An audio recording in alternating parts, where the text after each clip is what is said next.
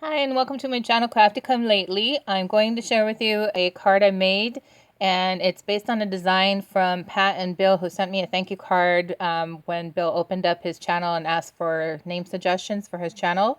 And by the way, I miss him, and so if anybody knows if they've made it to their destination, have settled, let me know. And I hope they'll be making videos again soon. And so I like the concept. Here's the original card that I got inspired from. So that's the card that Pat and Bill made together.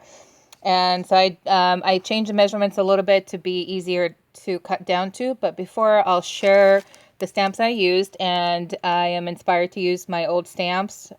These are about 2 years old. This one is the Stampendous. It's a nice background. And it took me a while to find a nice background one that I could use. But I do love using this. I don't use it often enough. It's this one here. And if it has a name, I will put it in the description below, or number. Oh, it's called Floral Tapestry. Cling Floral Tapestry, CRR 217. And this one I got from Dorothy Jewell. She gave it to me as a gift, so I did use that for the sentiment.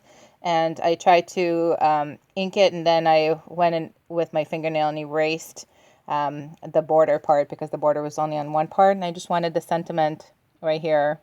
So that's why my fingernail is all dirty. So this is the card, and it's basically this design. And I put the measurements here, and I will put them in the description box below.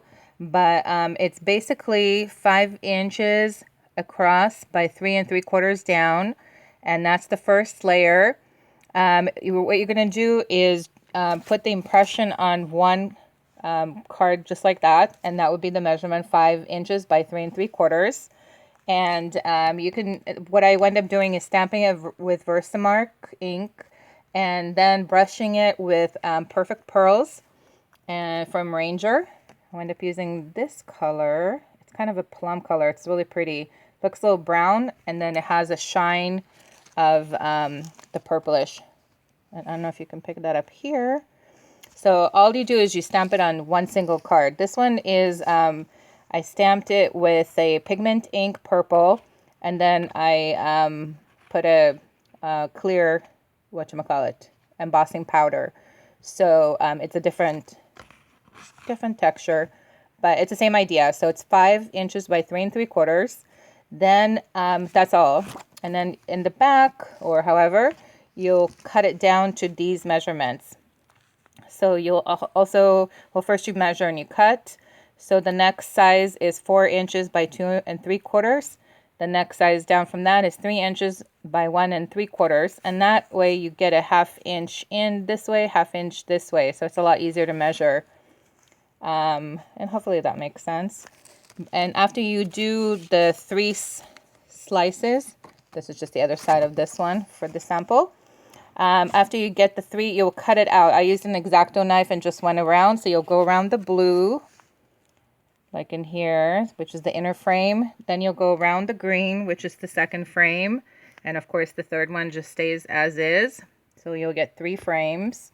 Then you'll make the next layers, which are 4 inches by 5 1/4. I have it on this cheat sheet. And then 3 by 4 1/4, and 2 by 3 1/4. And it will look like this. Then you would layer them with no dimension on this, but then you can use dimensional tapes between the layers. So it would look like this. So that inner 1 3/4 by 3 inches is laying on top of 2 by 3 1/4. Oh my God, these numbers. And that is just really killing me. Okay. And then you'd use a dimensional between that one and the next layer, and you would put it, this would be the 2 3/4 by 4 on top of the 3 by 4 1/4. Then a dimensional between that, and then it's 3 3/4 here by 5 on top of the purplish, which is 4 by 5 1/4. Wow, that's so complicated. But I will put the numbers below so you can look at it, and you can freeze frame to this if it helps at all. if it makes life a little simpler, because this will be the image that you want to cut down. The other ones you just free cut. So the second layer, you just free cut, so you will have literally 3 pieces, where that one is just literally 1 piece cut into frames. And then I did lay it on top of our base A4 card, which is 5.5 by 4.25. So anyways, hope you didn't get a headache from watching this video. I appreciate you sticking to the end, and have a wonderful day.